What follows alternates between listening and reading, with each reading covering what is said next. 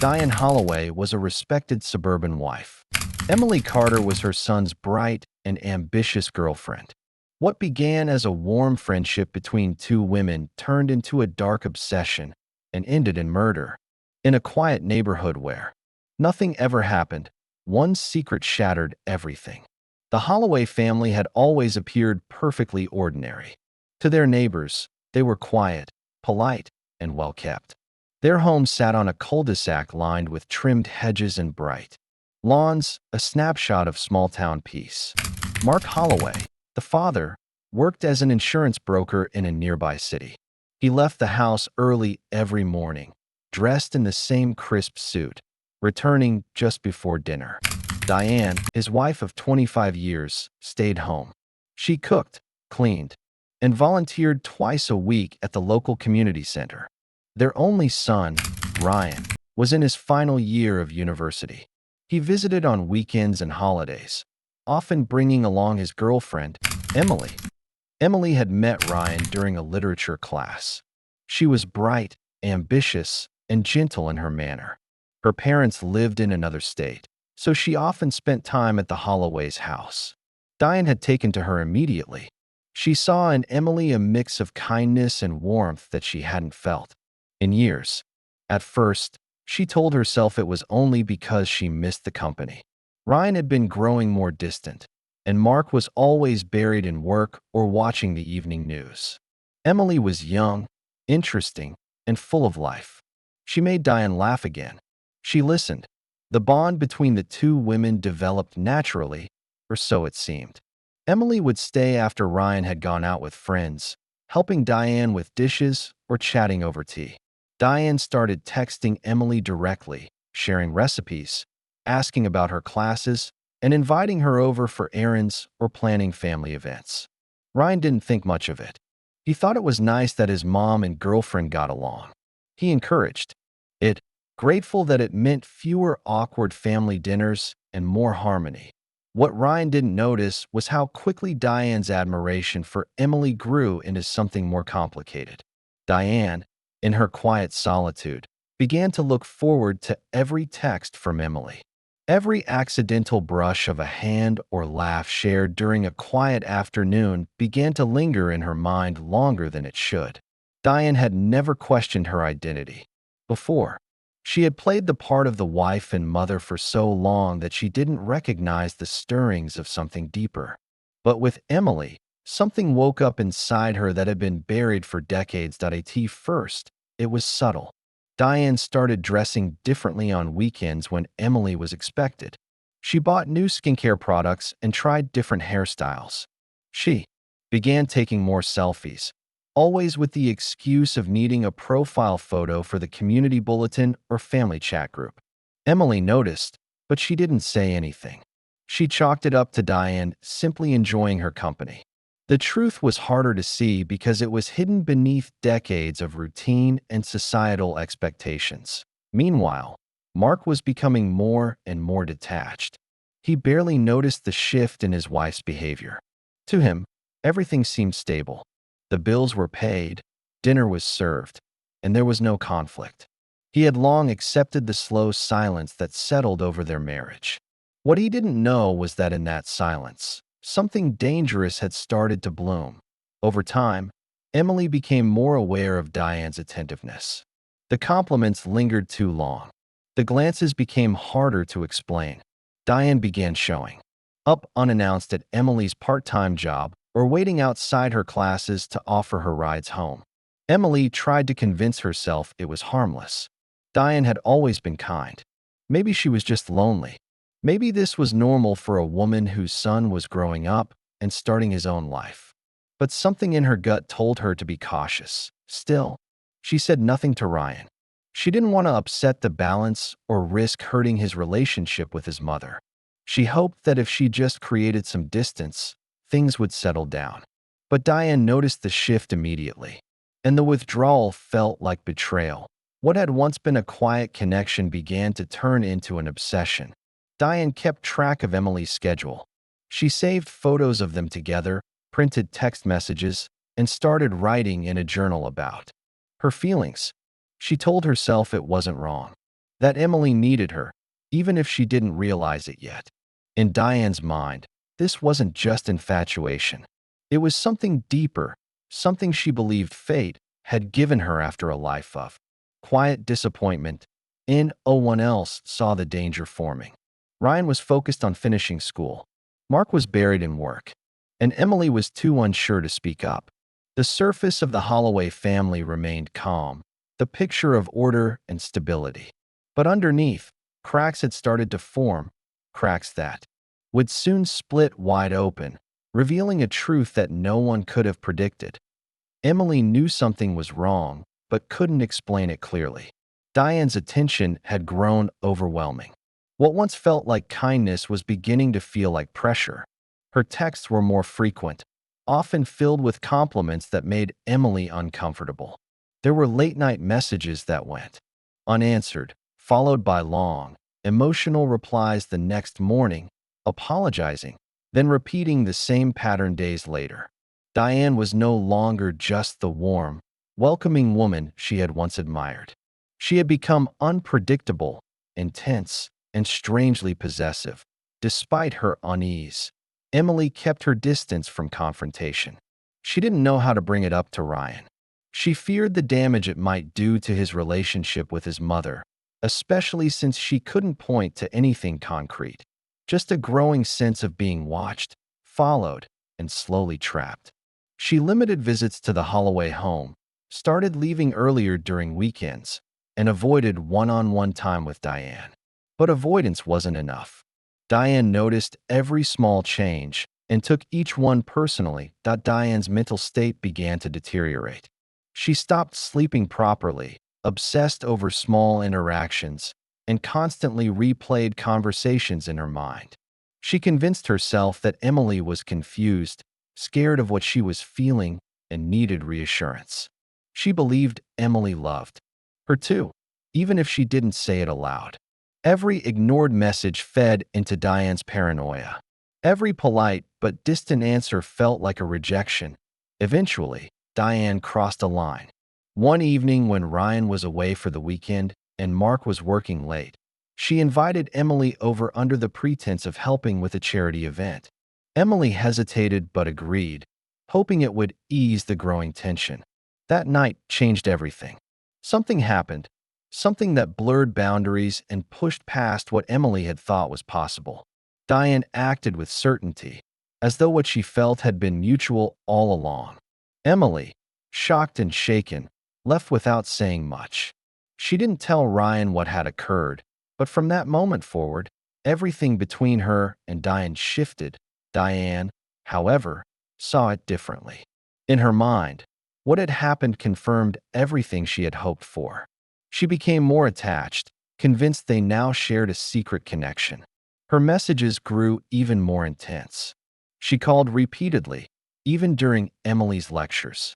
When Emily didn't respond, Diane would appear near her campus or job, always with an excuse, a gift, or a sudden emotional crisis that demanded attention. Emily was trapped. She knew she couldn't keep it hidden from Ryan forever, but she also feared what would happen if she told him. She felt guilt for letting things go as far as they had, even though she hadn't wanted it. She feared being blamed, being misunderstood. So she stayed silent, growing more anxious each day. Meanwhile, Mark finally began to notice something was off. Diane had grown emotionally distant from him, no longer hiding her contempt for their marriage. She avoided touch, conversation, and sometimes even meals. He suspected depression or midlife burnout, but she refused to talk to him about it. He didn't press the issue, chalking it up to aging and discontent. He had no idea what was really going on. Ryan, on the other hand, was becoming suspicious. Emily had changed.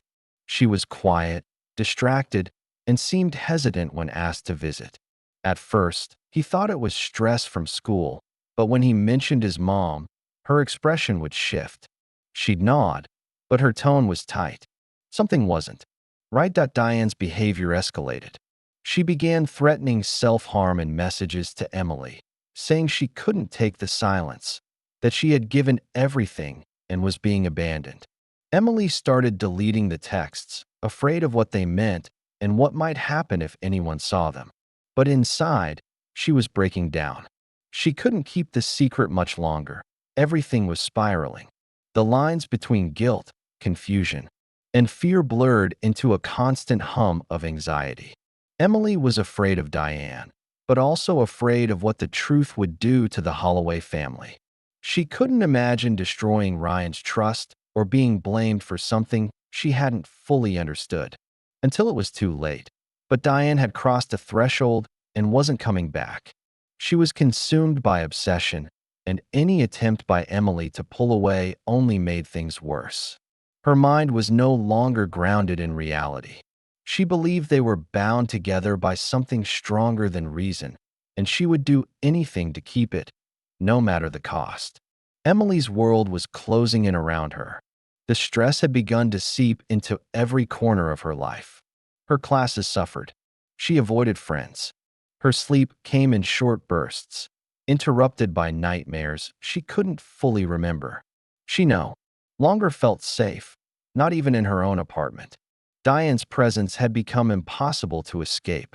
If it wasn't texts or calls, it was surprise visits near campus or long, handwritten letters left at her door. Each one carried a tone of desperate affection mixed with veiled threats and emotional guilt. Emily felt like she was being smothered, but she still couldn't bring herself to expose the truth. She began making excuses to Ryan, canceling plans, saying she was too tired or behind on schoolwork. He noticed the change, asked questions, but she always brushed him off. His concern slowly turned into frustration. The more he tried to bridge the gap, the more distant she became. He couldn't understand what had gone wrong. To him, their relationship had been stable. Now it was unraveling, and he didn't know why. Meanwhile, Diane was living in a completely different version of reality. In her mind, Emily was pulling away because of outside pressure, not because of anything she had done. She believed Emily still cared for her, even loved her, and that the only thing keeping them apart was fear. Diane saw herself as a victim of an unfair situation, trapped in a loveless marriage, misunderstood, and now abandoned by the one person who truly saw her. Her obsession only deepened. She began documenting everything: photos of Emily taken secretly, notes from their conversations, timestamps of their meetings. She filled notebooks with pages that read like diaries and confessions, blending fantasy and fact. To Diane, this was proof of their connection, something she believed would one day be seen as real and justified. Emily, pushed to the edge, finally confided in someone. She told her roommate, Mia, everything. Mia listened, horrified, and immediately urged Emily to go to the police or at least tell Ryan. But Emily refused. She couldn't bear the thought of destroying someone's family, especially not his. She believed, naively, that if she just stayed away, the problem would go away on its own. But Diane wasn't letting go. She began to lose control. Her messages became darker. She accused Emily of betrayal, of using her, of making promises and then running. There were no promises, of course, not in the way Diane believed. But her mind had twisted every moment of kindness into something deeper. Every boundary Emily tried to place became another act of rejection, another wound. One night, Diane showed up outside Emily's apartment. She waited in her car for hours. Emily didn't see her, but Mia did and called campus security. By the time they arrived, Diane had driven off. It was the first official incident, and though it didn't lead to legal action, it planted a seed of concern in official records. Mia warned Emily again that this wasn't just emotional manipulation anymore. It was stalking. It was dangerous. Emily knew she had to do something. She began writing a detailed account of everything that had happened. Names, dates, locations, messages, she documented it all. She planned to confront Diane once and for all, to make it clear that whatever had happened between them had to end completely. She hoped that a firm, final boundary would stop the downward spiral. She never got the chance. Ryan, still unaware of the full story, had planned a weekend for just the two of them to reconnect. Emily agreed, thinking it might be good for her mental state. She needed clarity, space, and time to think. Diane found out. Whether it was through social media, a passing comment, or her own watchful habits, no one knew for sure. But when she learned that Emily would be spending a weekend alone with Ryan, something in her snapped. She stayed up all night the evening before they left. She reread old messages, flipped through her notebooks, stared at printed photos until her eyes blurred. She convinced herself that Emily had lied to her, used her, and now was going back to pretend none of it ever happened. That kind of betrayal, in her eyes, was unforgivable. That Diane's thoughts became erratic, consumed by vengeance and heartbreak. Her fantasies shifted from reconciliation to punishment. She no longer cared about consequences. She wanted Emily to feel the pain she believed had been inflicted on her. Diane felt cornered and humiliated, and that combination made her dangerous. Why the next day, Emily was missing. Her phone was turned off. She hadn't returned any messages. Ryan assumed she was late or had forgotten to pack something. But hours passed, then an entire day. Panic set in. He called her friends, her roommate, her family. No one had seen or heard from her. A missing persons report was filed, and quietly, in her kitchen, Diane sat alone with a calm expression on her face, as if nothing had changed. Ryan was pacing in his parents' living room, phone clutched in his hand, face pale and panicked. It had been over 24 hours since Emily's last text. She had promised to meet him for a weekend away, just the two of them, something they both had seemed to need. But she never showed. No calls, no texts, no activity on her social media. He had called her friends, her roommate, even professors, but no one had seen her since she left campus 2 days ago. Something felt terribly wrong, and every passing hour only made the silence louder. The police were now involved. A missing person case had been opened. Officers took statements, asked about mental health, relationship troubles, possible reasons for running away. Ryan insisted she wasn't the type to vanish. Her roommate confirmed she'd been stressed, but there was no indication that Emily would just leave without saying a word. The detectives listened carefully, took notes, and assured them they were doing everything they could. But in a case like this, early leads mattered, and there were few. Mark tried to calm his son down, repeating logical theories to try to make sense of the situation. But Ryan wasn't convinced. He felt it in his gut. This wasn't just someone needing space. Something had happened. Diane, sitting quietly in the corner of the room, watched everything unfold with a strange calmness. She offered comforting words, made tea, answered questions from the police without hesitation. She didn't show fear or concern. Her face was a mask of quiet helpfulness, but behind her eyes, there was something cold, unreadable. 2 days later, Emily's car was found. It had been parked 2 blocks from the Holloway residence, locked, with her phone, bag, and wallet still inside. There were no signs of forced entry or a struggle. To detectives, this was a turning point. The location was suspicious, and the lack of personal belongings raised serious red flags. They asked the family again if Emily had ever come to the house recently. Mark said no. Ryan said not in weeks. Diane hesitated, then said Emily hadn't visited in a while either. But that wasn't true. A review of nearby CCTV footage showed a figure matching Emily's appearance walking down the street toward the Holloway house on the evening she disappeared. The quality of the footage was poor, but it was enough to warrant a warrant. The police returned to the house, this time with search orders in hand. Mark was shocked. He couldn't understand why his home was being searched in connection to a missing persons case. But Diane remained still, her hands folded in her lap.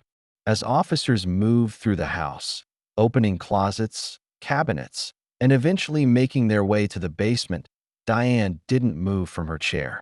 She simply stared out the window, detached from the chaos that lay in the basement, tucked behind old boxes and plastic bins. A large industrial freezer stood humming softly. Inside, hidden beneath layers of frozen food, was Emily's body, wrapped in a tarp, still dressed in the clothes she had worn the night she disappeared. The sight silenced the room. Diane was arrested immediately. Mark stood frozen in disbelief. Ryan broke down completely. The woman they thought they knew, the quiet, devoted wife and mother, was at the center of a crime neither of them could have imagined. At the police station, Diane confessed without hesitation. She said it calmly, as though explaining something simple. She had invited Emily over to talk. She offered her tea, laced with sleeping pills. When Emily passed out, Diane placed a pillow over her face and held it there until she stopped breathing. She claimed it was painless. She said she had done it out of love, to end the confusion and heartbreak for both of them. In her mind, it wasn't murder. It was a final act of emotional release. The news spread quickly. A respected housewife killing her son's girlfriend in a quiet suburban neighborhood was the kind of story that captured national attention. The media swarmed the street. Neighbors were interviewed. Photos of Diane and Emily appeared everywhere, fueling speculation and shock.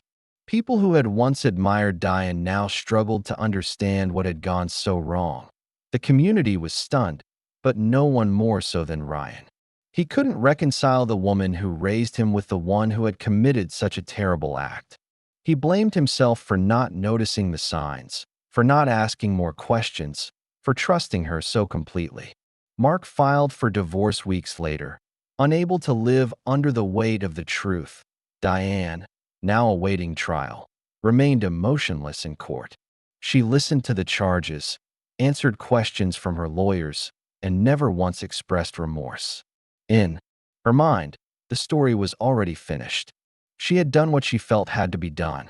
She had taken something pure and ended it before it could turn against her. But for everyone else, it was far from over. The courtroom was packed the day Diane Holloway's trial began. Journalists filled the benches, cameras lined the sidewalk. Outside, and spectators waited in long lines just to witness what had become one of the most disturbing cases in the state's history.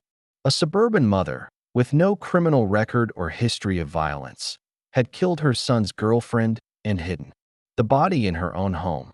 The media called it shocking, neighbors called it unthinkable, and those closest to the family could only describe it as impossible. Ryan sat in the second row, eyes locked on the woman who had raised him. He hadn't spoken to his mother since her arrest. Every attempt to write her a letter had ended in crumpled paper and silence. He was grieving the loss of Emily and the loss of the mother he thought he knew. Neither made sense.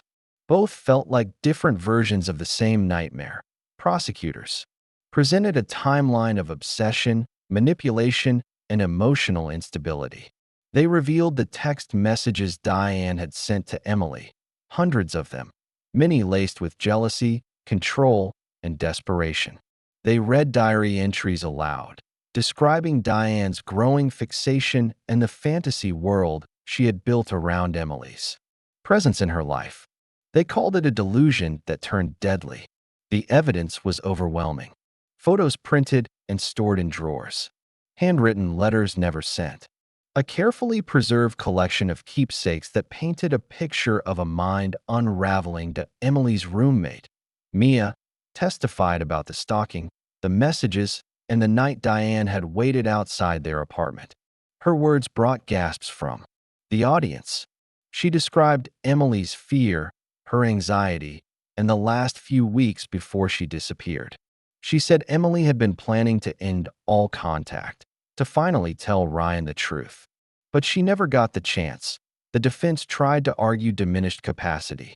They claimed Diane had suffered a psychological break, decades of emotional repression, an unhappy marriage, and unresolved identity issues culminating in a single act of desperation. But Diane never appeared confused or remorseful. She listened quietly to the proceedings, her face blank, as though she was watching someone else's life play out. When asked if she had anything to say, she declined. Ryan took the stand briefly. He spoke not about his mother's crime, but about Emily, who she was, how she lived, and what she meant to him. His voice trembled, but he spoke clearly. He wanted people to remember Emily for more than how she died. She had loved literature, wanted to teach, and made people feel safe. He said she didn't deserve to be pulled into someone else's private collapse.